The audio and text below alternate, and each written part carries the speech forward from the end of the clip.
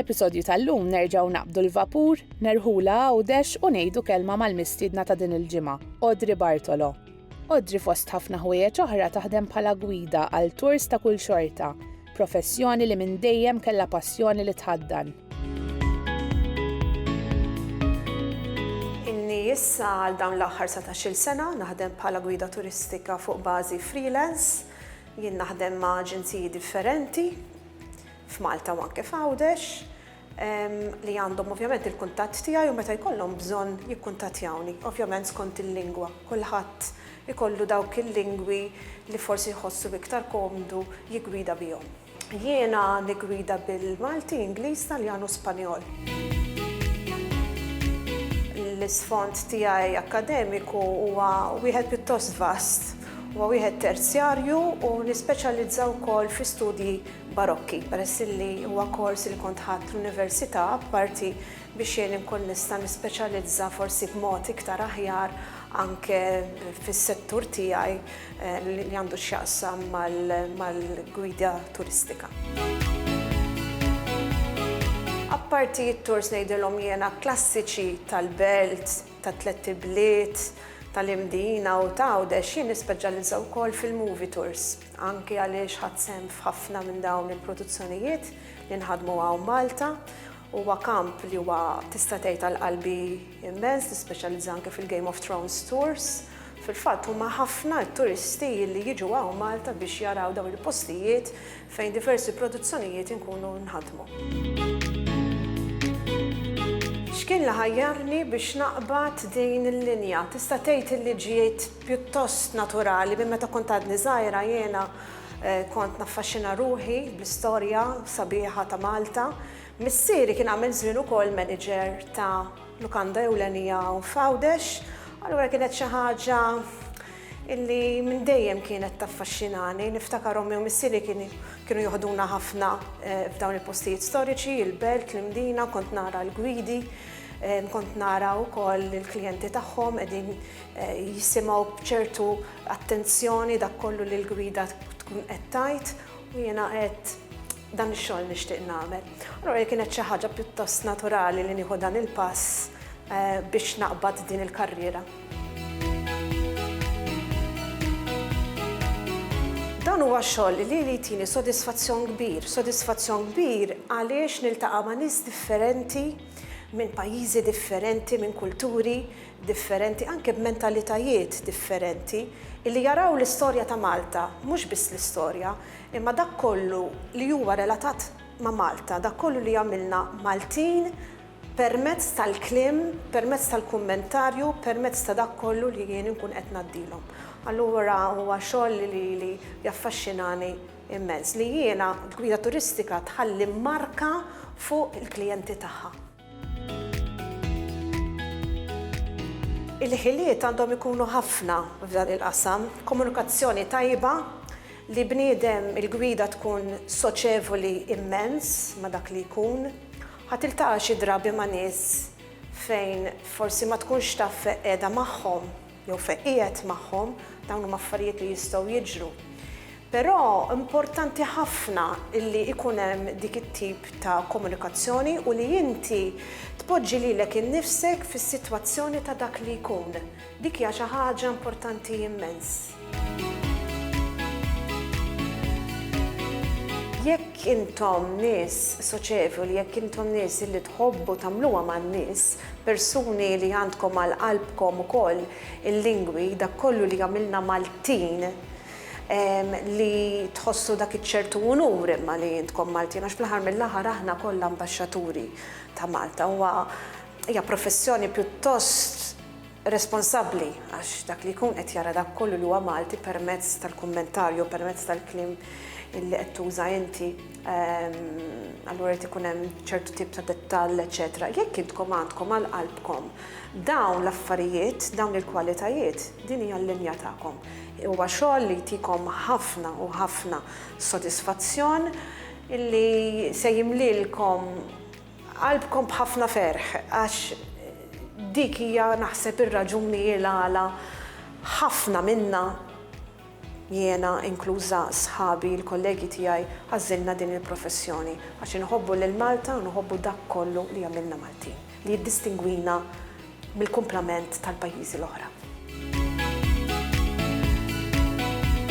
Kien propju fil-qalba tal-pandemija meta x-xogħol ta' gwida waqaf ħesrem li x-xorti laqgħet lill-Audrey mal-mitħna tax-Xewkija. Għalkemm ta' natura differenti minn dak li kienet tagħmel qabel, Audrey tieħu pjaċir li dejjem baqgħet fl-istess linja ta' xogħol. Waħda fejn tista' tesprimi l-imħabba li għandha għall-istorja ta' Malta.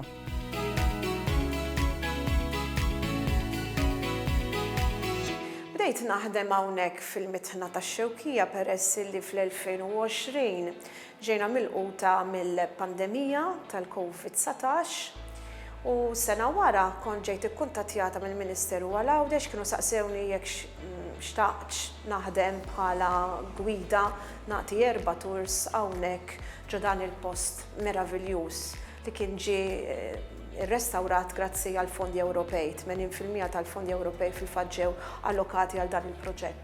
U jien kont aċċettajt.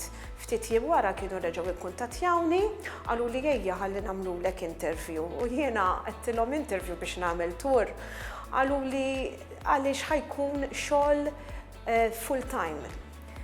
Okay, mort għamilt interview, kont għaddejt mill-interview, u niftakar illi kont bdejt oriġinarjament naħdem bħala site attendant.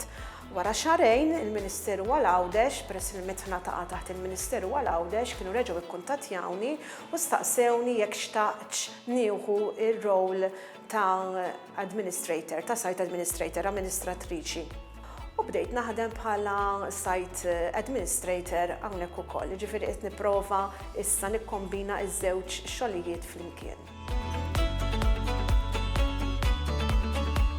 Ftit minn kollox, issa ġibna wkoll bronja li kienet tintuża mit-taħħan biex ikun jista' jindika li illum dik il-ġurnata partikolari l-mitħna kienet ħadd tiffunzjona, ħadd opera biex il-bdiewa jġibu il-qamħ biex dan ikun jista' jintaħan f'dan il-post.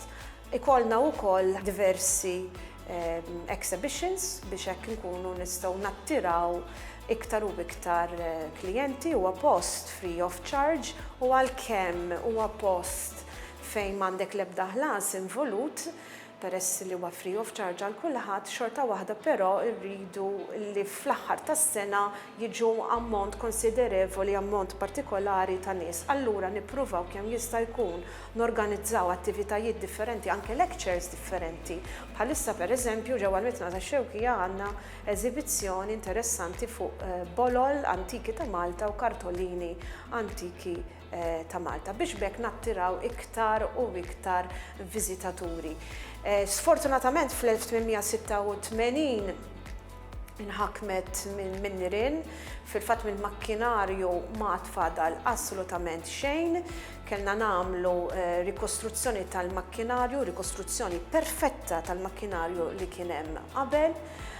Huwa proġett ambizzjuż, huwa restawr illi sewa ovvjament ħafna u ħafna flus u tista' tgħid li issa qed jitgawda mill-poplu Malti u Għawġi u anke turisti. Tajjeb li ngħidu anke turisti jistgħu jżuru dan il-post free of charge mingħajr l-ebda ħlas.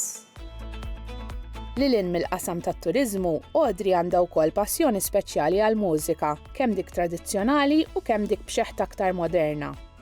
Komplejna nitkellmu Audrey dwar l-esperjenza tagħha fid-dinja tal-mużika Maltija, speċjalment l-irwol tagħha bħala kantant ewlenija mal-bands li ddoq magħhom.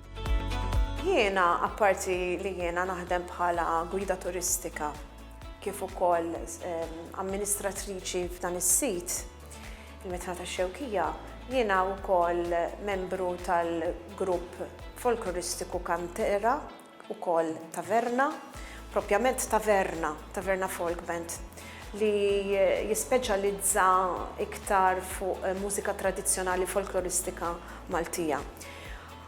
Ħafna forsi ma jafux illi il-band popolari Kantera ħarġet mill-grupp Taverna. Xħajjarni, jiena minn dejjem kont inkanta, hija passjoni li għandi minn meta kont għadni żgħira, minn meta kont għadni forsi 18-il sena kemm jiena bdejt nikkompeti fil-festivals pjuttost tard. Jiena bdejt ta' 18 sena. Fl-2010 niftakar li kont l-Italja, kont ġejt mistiedna mill-Kunsill Lokali tax-Xara li aħna ġemellati, lokalità fin-Noqgħod jiena aħna ġemellati ma' San Michele Salentino fil-provinċja ta' Brindisi, ġewwa Puglia, u jiena dakinhar kont nisfen ma' grupp folkloristiku. Il-Kunsill kien saqsini jekk xtaqt xinkanta xi 4 kanzunetti bil-Malti għal-mistiedna tagħna Taljani l-Italja stess mal-band Taverna illi oriġinarjament qatt ma kellu membru femminili u wisq inqas kantant jew kantanta. U kont kantajt 4 kanzunetti, konna morna tajjeb ħafna. Fil-fatt il-lider George Bonello, li huwa anke l-lider ta' Kantera, saqsini jekk xtaqx nibqa' parti minn dan il-grupp, minn dan il-grupp folkloristiku. U jiena aċċettajt, peress li kien dik ċertu sintonija mużikali bejni u anke il-membri. U issa tista' tgħid li jiena mill-2010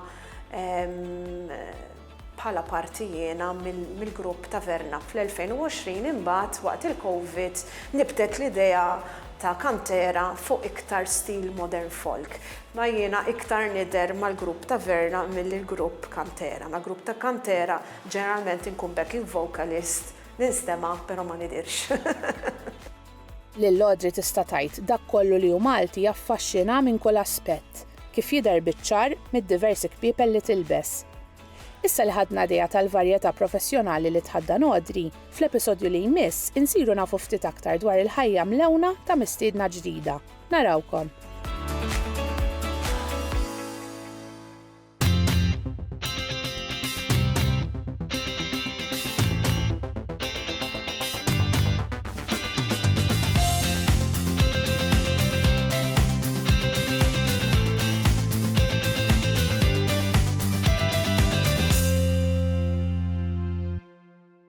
Il-mara jixtieq jirringrazzja lil Ministeru għat-Turiżmu,